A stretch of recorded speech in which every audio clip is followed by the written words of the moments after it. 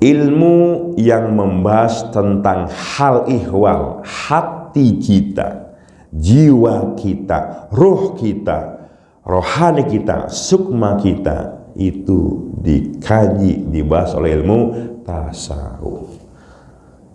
Ya, jadi ibarat bangunan, pondasi cakarain itu ilmu tauhid.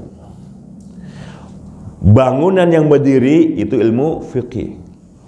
Finishingnya, aksesorisnya itu ilmu tasawuf. Ini yang susah di sini. Karena kata Imam Ghazali pun demikian. Wa kanal ilmu aisaru minal amal.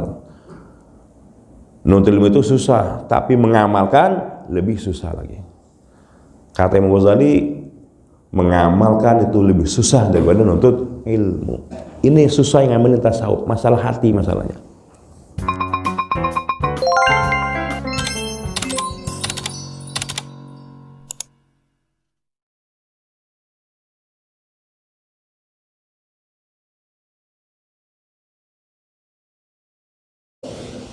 Assalamualaikum warahmatullahi wabarakatuh. A'udzu billahi minasyaitonir rajim. Bismillahirrahmanirrahim. Alhamdulillahirabbil alamin. Wassalatu wassalamu ala asyrafil anbiya'i wal mursalin. Sayyidina wa habibina wa syafi'ina wa maulana Muhammad wa ala alihi wa ashabihi ajma'in, amma ba'du. Hadirin hadirat jamaah ta'lim subuh minggu kelima Masjid Al-Barakah, ya mudah-mudahan selalu mendapat keberkahan dari Allah Subhanahu wa taala. Amin. Seindah-indahnya selawat dan salam kita sampaikan, kita curahkan dan kita haturkan kepada baginda Nabi Muhammad sallallahu alaihi wasallam. Mudah-mudahan kita semua yang hadir di sini nanti di hari kiamat, tepatnya di padang mahsyar, kita semua akan mendapatkan syafaat khusus dari beliau. Amin ya rabbal alamin. Baiklah, yang terhormat, yang saya hormati Ketua DKM Masjid Al-Barakah Bapak Ustadz Haji Haidir.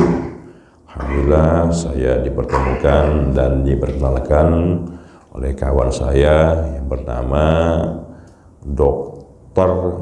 Bapak Budi yang tinggal di Royal ini, dan saya alhamdulillah sudah sering ngisi di Masjid Ar-Royan. Kemudian saya juga sudah 30 tahun mengisi di kampung Pelawat ya, Nurul Jannah, Gang Waru. Jadi saya ini udah nggak asing lagi, kalau lewat sering lewat di sini. Alhamdulillah dulu saya lihat ini sedang dibangun masjid, alhamdulillah sampai juga ke Masjid Al-Barakah ini. Sekilas tentang kegiatan saya, yaitu saya sehari-harinya mengajar di SMA, SMK Bina Insani, Perapatan Gondrong. Kemudian saya di rumah juga ada pengajian. Kemudian mimbar, di dalam mimbar Jumat-Jumat saya juga alhamdulillah tiap Jumat selalu ngisi. Dan alhamdulillah saya dipertemukan, diperkenalkan di Masjid Al-Barakah ini. Kemudian biasanya saya itu kalau ngisi subuh itu di hari Minggu dan Sabtu, tapi ini alhamdulillah ada hari Jumatnya, karena Jumat berkah Masjid Al-Barakah. Saya akan menyampaikan ini yang mungkin agak sedikit asing, yaitu ilmu tasawuf. Orang kalau dengar tasawuf itu seakan-akan berat, padahal itu ringan saja. Baik, saya akan mulai. Nah, saya akan ambil dulu istilahnya secara global tasawuf. Ini dasarnya dari ihsan. Jadi rukun agama, arkanuddin salah satu rukun agama ada 3 perkara. Yang pertama iman, yang kedua Islam, yang ketiga ihsan. Jadi kodenya 165. 1 itu ihsan, 6 rukun iman, 5 rukun Islam. Tapi ini 198 saya nggak paham ini apa ini. 198. Nah, dari rukun agama 3, iman, Islam, ihsan, turun menjadi sebuah disiplin ilmu, ada 3 pula, yaitu ilmu tauhid. Iman jadi ilmu tauhid. Kemudian Islam turun jadi ilmu fikih. Kemudian ihsan turun menjadi ilmu tasawuf. Jadi serba 3. Iman, Islam, ihsan. Turun menjadi ilmu tauhid, ilmu fikih, ilmu tasawuf. Nah, dari 3 disiplin ilmu ini, ilmu yang wajib kita tuntut sesuai hadis Nabi yang sudah populer, thalabul ilmi fardhatun ala kulli muslimin wa muslimatin, rawahu Bukhari wal Muslim. Menurut ilmu itu adalah wajib ain, karena ini alnya al-ma'rifah, wajib ain, fardu ain bagi tiap muslimin dan muslimat. Itu 3 ilmu yang wajib ain. Pertama, ilmu tauhid tentang ketuhanan, kenabian, kemudian perkara yang gaib. Kemudian ilmu fikih tentang ibadah kita sehari-hari. Yang ketiga adalah ilmu tasawuf, memperbaiki akhlak. Nah, dari 3 disiplin ini wajib ain, hukumnya harus dipelajari. Ilmu tauhid, ilmu fikih, ilmu tasawuf. Nah, sekarang sasarannya, wa mad'uhu, sasaran ilmu tasawuf adalah af'alul qalbi wal hawasi min tazkiyah wa tasbiyah. Hal ihwal terkait hati, baik dan buruknya, dan bagaimana cara untuk membersihkannya dari penyakit hati, itulah tugas ilmu tasawuf. Jadi masing-masing punya tujuan tertentu.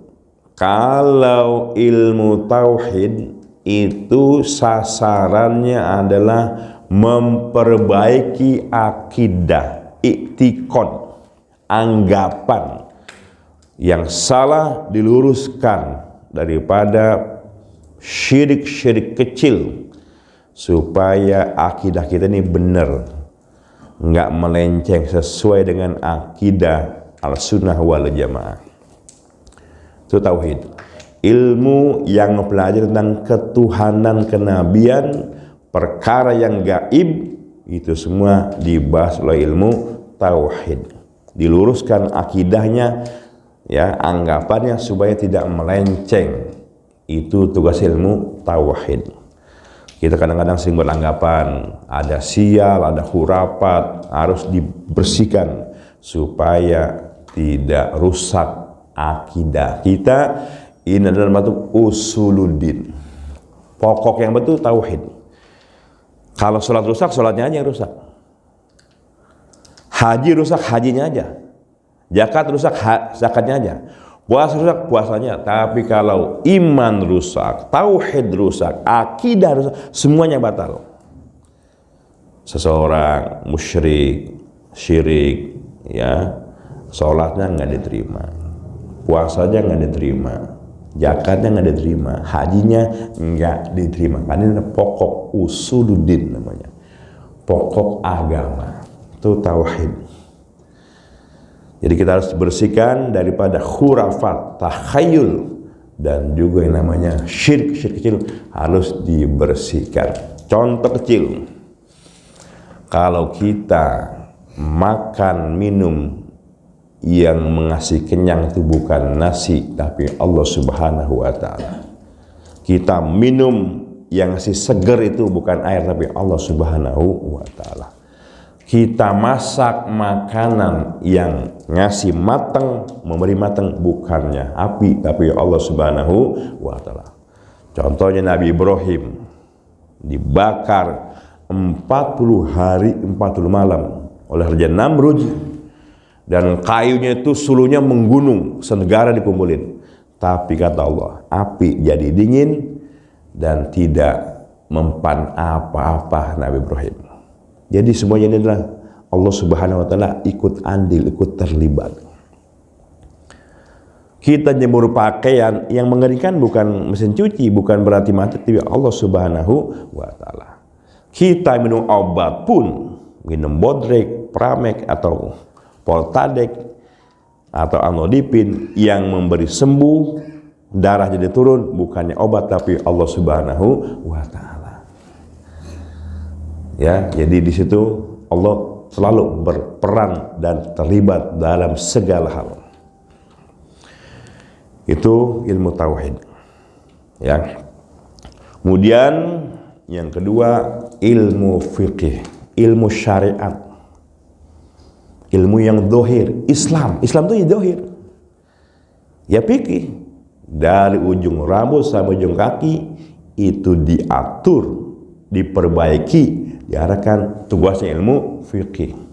Bagaimana cara wudu yang baik, tayamum yang baik, bagaimana cara bersuci yang baik, sholat yang baik.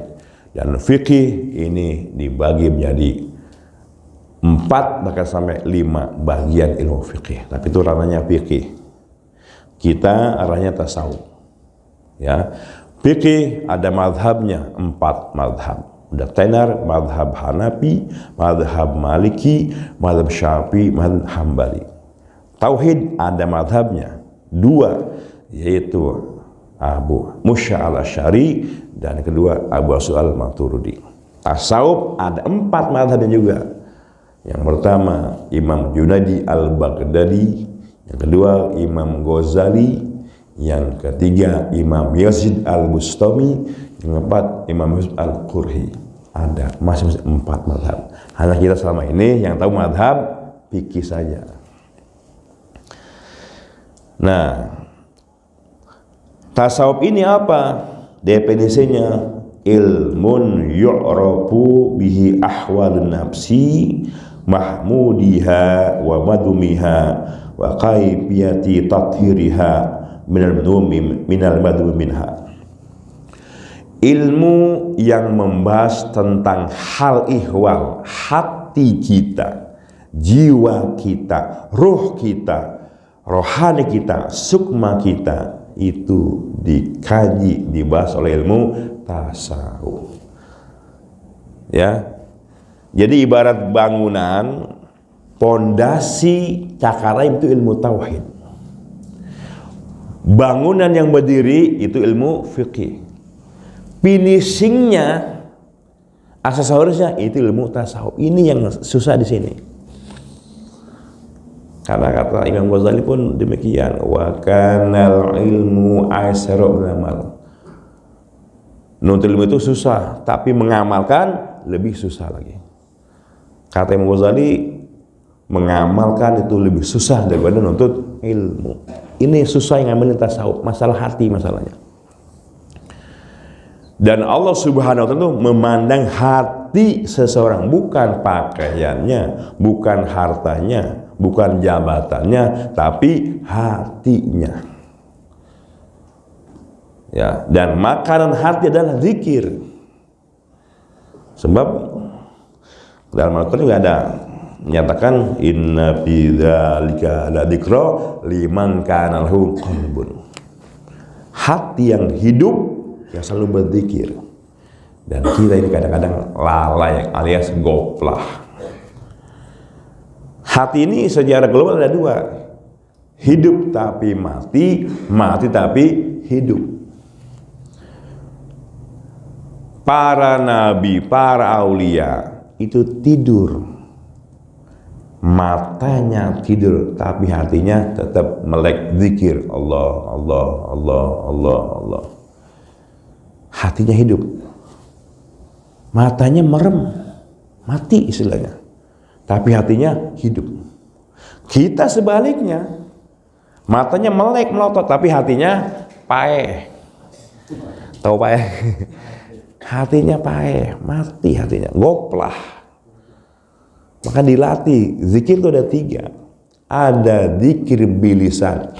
Lisan kita ngomong la ilaha illallah, la ilaha illallah, itu lisan.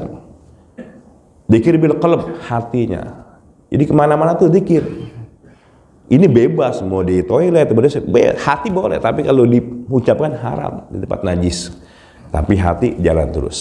Makanya supaya tidak ada gangguan jin dan makhluk-makhluk yang jahat dalam toilet, hati diperbolehkan tetap Allah di hati ya, tapi jangan diucapkan. Di hati boleh. Terus zikir, kapanpun dimanapun zikir. Tidur, melek, zikir hati. Yang ketiga, zikir bil a'dha, zikir anggota. Semua gerakan sholat itu zikir. Allahu Akbar, Allahu Akbar, Allahu Akbar. Kita itidal, kita diri, kita ruku, sujud, iftiras, semua itu zikir anggota, zikir badan itu. Semua itu zikir badan kita. Dan itu semua ada hikmahnya. Itu adalah mencontoh tatkala Rasulullah Mi'raj melihat gerakan-gerakan cara mereka berzikir. Ada yang berdiri saja itu malaikat, ada yang ruku saja, ada yang sujud aja, ada yang iktidal saja. Itu diambil dari gerakan mereka jadi gerakan sholat, semua ada artinya. Ya, jadi kita latih zikir bilisan, ya, kemudian bil qalb, hatinya zikir. Allah. Dimanapun, kapanpun. Naik motor macet, zikir. Ya, kemudian kita sambil menunggu jenuh, zikir. Sebab kalau udah biasa itu nggak akan lepas. Hidup hatinya.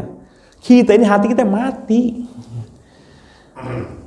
Sehingga doa kita tuh lama, kedul doa kita tuh tumpul, karena begitu doa kita naik ke atas, dibawa oleh malaikat, kehalang dengan hijab, kalangan dosa, banyak kabutnya gitu, banyak dosanya, sehingga doa itu lama untuk diijabah karena banyak dosa, banyak kotor sebagai kiparat dulu. Jadi istilahnya tembusnya itu ke langit ya lama doa kita itu karena banyak dosanya, banyak hijabnya. Inilah tugas ilmu tasawuf untuk membersihkan hati kita dari berbagai macam penyakit hati. So kata Nabi, iza aznamal abdu kanat nuqtatun sauda. Setiap hamba itu berbuat dosa, satu bintik dalam hati. Ria, kemudian tak ujub, kemudian takabur, titik hati ini. Jadi burik hatinya. Kayak telur ayam puyuh. Burung puyuh, gimana telurnya? Belang-belang, kayak gitu hati kita itu. Berbuat maksiat, dosa, satu titik. Nah, lama, aduh, banyakkan titiknya sama asli putihnya. Jadi kalau nggak dibersihkan hati ini, ya, dengan cara bertobat, istighfar, baca Al-Quran, itu ada 5 tombo hati. Resep dari Nabi. Tombo hati iku 5 perkarane, kaping pisan maca Quran samaknane, kaping done wong kang soleh kumpulono, kaping telu dikir wengi lakonone, kaping papat weteng sira ingkang luwe, kaping 5 salat wengi lakonono. Salah sawijine sapa iso nglakoni, insyaallah Gusti Pangeran ngajak bani. Pamuten.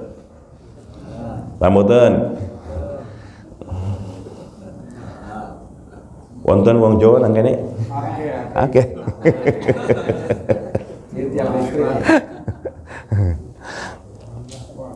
Itu resep dari Nabi itu. Penyakit hati ini, Masya Allah, Dari mulai riaknya segala sesuatu ditaruh di status, jepret status, itu ria, ingin pamer. Ro'a yaro rian, pengen lihat orang, itu ria. Dan kita ibadah kalau ingin ya dilihat orang, itu haba mansuro, sia-sia. Seperti debu menimpa daripada batu yang besar diguyur hujan, sia-sia, haba'am mansuro. Yang kedua sikat sum'ah. Apa sum'ah itu? Ingin tenar, ya pengen kedengar orang, pengen ngetren. Nah, ini itu penyakit hati itu. Kemudian ujub, apa gitu? Bangga dengan diri sendiri, soh suci, merasa paling. Makanya orang itu harus pinter merasa, jangan merasa pinter. Hebat merasa, jangan merasa hebat. Kalau merasa hasapang, merasa paling, ya kan, semua itu penyakit hati. Kemudian ada lagi yang namanya penyakit kikir, koret, medit, huburiasa, itu penyakit hati yang dapat menodai hati kita sehingga terhalang ya ibadah kita, doa kita, hubungan kita pada Allah Subhanahu wa taala. Sang Khalik, kemudian hamba, tengahnya ini adalah hijab dosa-dosa kita. Kalau ini sudah tembus, wah enak, doa kita tajam, ibadah kita enteng. Makanya motor aja kalau kotor, oh nggak enak dipakainya. Olinya nggak diganti-ganti, mobilnya kotor, nggak enak. Tapi kalau usulnya motor habis diservis, dicuci, enak itu. Ya, dibawa kondangan juga nggak malu-maluin, pede. Tapi kita banyak dosa kita ini, hamba yang penuh dengan dosa. Dan lebih baik tukang maksiat mengakui dosanya daripada ahli ibadah sok suci. Itu lebih baik tukang maksiat. Dia merasa dosa, merasa kotor, daripada orang merasa suci. Ini penyakit hati. Innallaha la yanzuru ila suwarikum wa la ila isamikum walakin yanzuru ila qulubikum wa niyatikum. Allah tidak memandang rupa seseorang. Mau rupanya apapun Allah nggak pandang. Mau pendek, mau tinggi, mau hitam, ya mau putih, biasa aja. Suku ini, suku ini, biasa aja. Nggak ngaruh bagi Allah. Pakaiannya mahal, mau murah, biasa aja. Nggak ngaruh bagi Allah. Kemudian hartanya pun nggak dipandang. Yang dipandanglah hati dan niat kita pada Allah Subhanahu wa taala.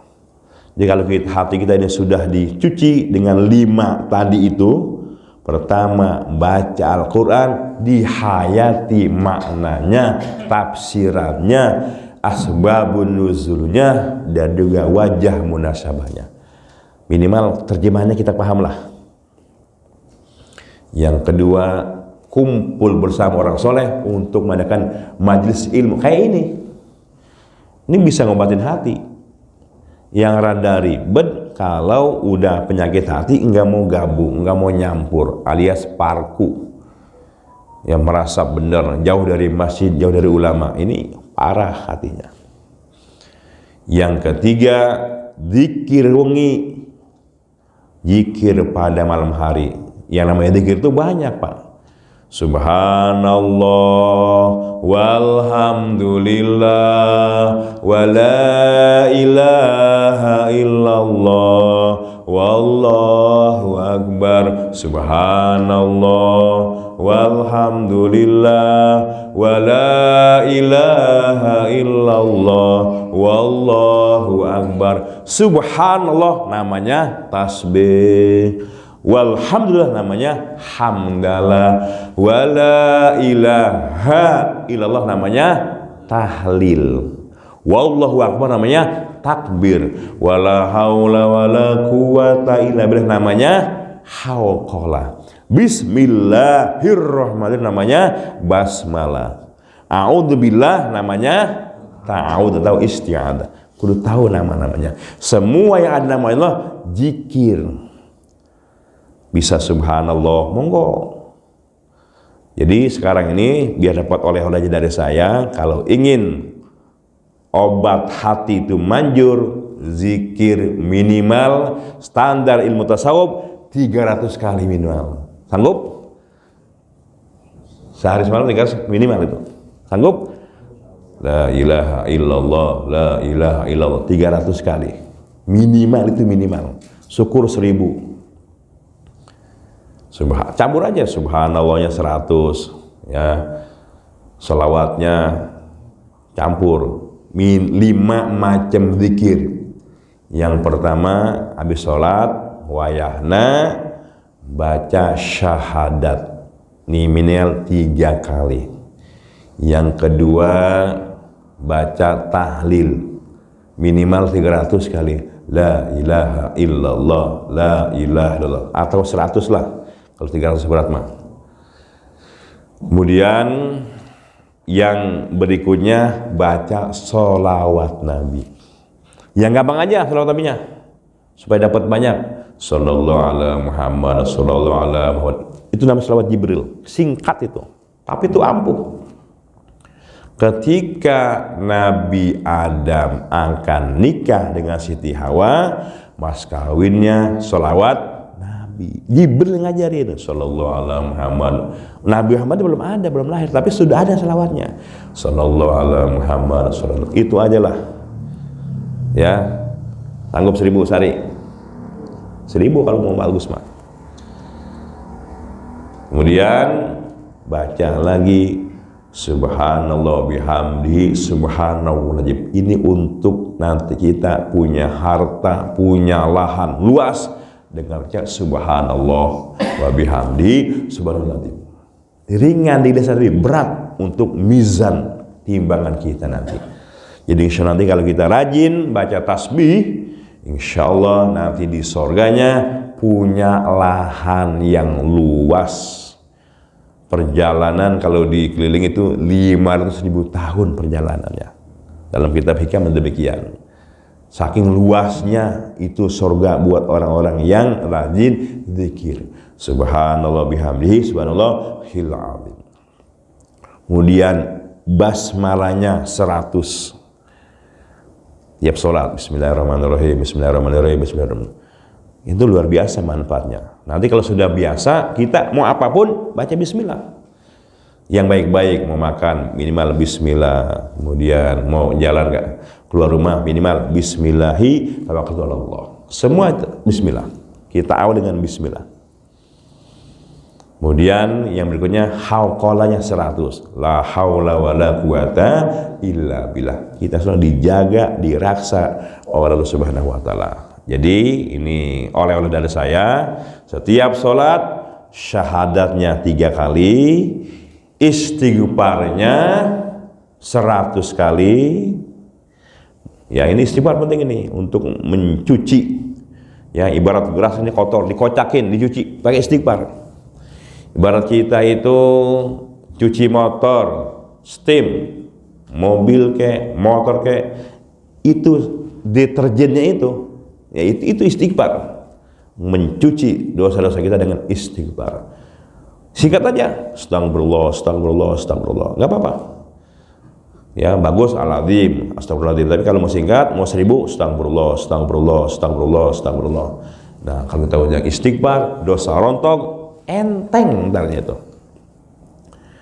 Kemudian tahlilnya minimal. Ya sehari itu 300, setiap sholat 100 lah, 100 ya minimal. Ini waktu subuh, waktu zuhur, waktu maghrib dibaca 100. La ilaha illallah, la ilaha 100. Kemudian salawat nabinya ya 100 saja lah kalau meringan mah, sallallahu alaihi Muhammad, minimal itu 100. Syukur kalau sampai 1000 sehari. Kata Nabi, man shalla alaihi sholatan wahidah sallallahu bihi alaihi asrat.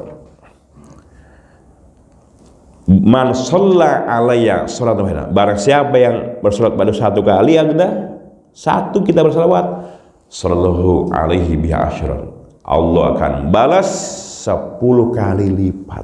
Satu dibalas 10. Allahumma sholli. Kemudian kita baca 10, didoain Nabi 100 kali. Kita salawat 100, Nabi doain kita berapa? 1000 kali.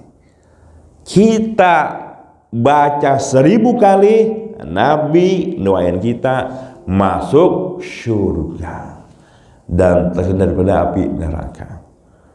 Karena namanya surga itu, ya nanti di gapura surga itu ada kalimat la ilaha illallah Muhammadur Rasulullah. Itu pintunya surga itu, gapuranya surga. Wah, luar biasa. Kalimat la ilaha illallah Muhammadur Rasulullah artinya adalah surga milik Allah dihadiahkan, dihibahkan pada Nabi Muhammad Habibullah, Muhammad kasih Allah. Makanya kalimatnya la ilaha illallah Muhammadur Rasulullah. Itu kunci surga. Miftahul jannah la ilaha illallah, la ilaha illallah Muhammadur Rasulullah. Syarat masuk surga harus mengakui itu, la ilaha illallah Muhammadur Rasul. Artinya orang Islam, orang mukmin. Syarat surga harus Islam. Syarat Islam harus syahadat. Jadi kita nih nanti ada 5 rukun syahadat, nanti kita bahas kapan-kapan. Jadi harus tahu rukun iman ada 6, rukun Islam ada 5, rukun Islam ada 1165 kodenya. Rukun syahadat ada 5, tingkatan iman ada 5. Nanti kita bahas kapan-kapan ya. Ada tingkatannya, bukan rukun, tapi tingkatan iman itu ada 5, ada 5 tingkatan. Nanti kita masuk golongan yang mana, dan kita harus tahu itu supaya kita perbaiki iman kita, akidah kita. Yang kedua adalah ibadah kita baik dengan fikih, akhlak kita bagus dengan ilmu tasawuf.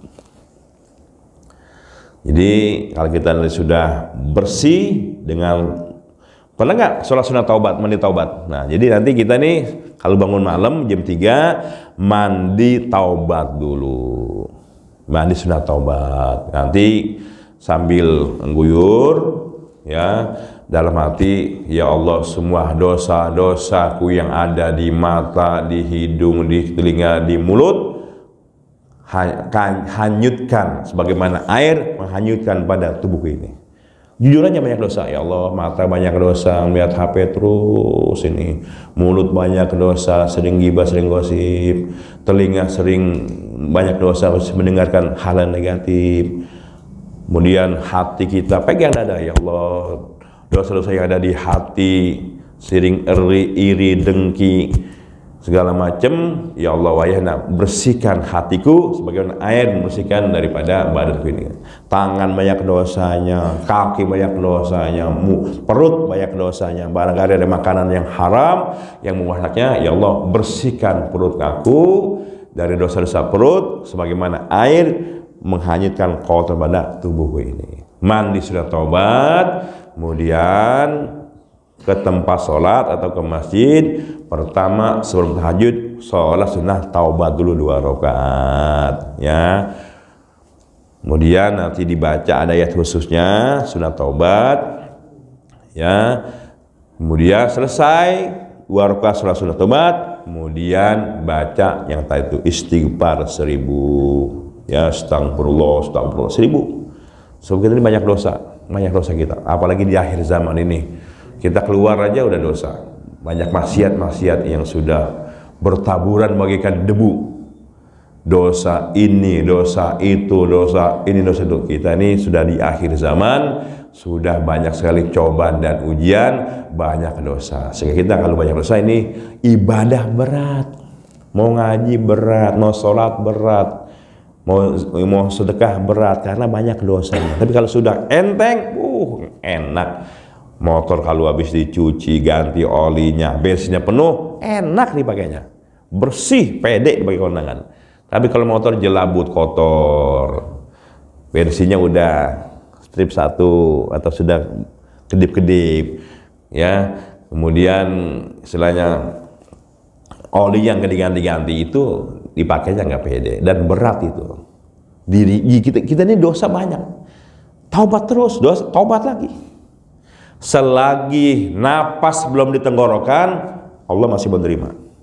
Selagi matahari belum terbit dari sebelah barat, Allah masih menerima. Wah Pak Ustadz, entarnya taubat dosa lagi. Ya dosa lagi, ya cuci taubat lagi. Jangan takut istilahnya dengan berbuat dosa lagi, ya taubat lagi. Kayak motor, takut kotor ini, ya jangan dipakai kalau begitu mah. Pakaian ini kita pakai terus kotor, cuci lagi. Motor, mobil, istilahnya kotor, ya cuci lagi.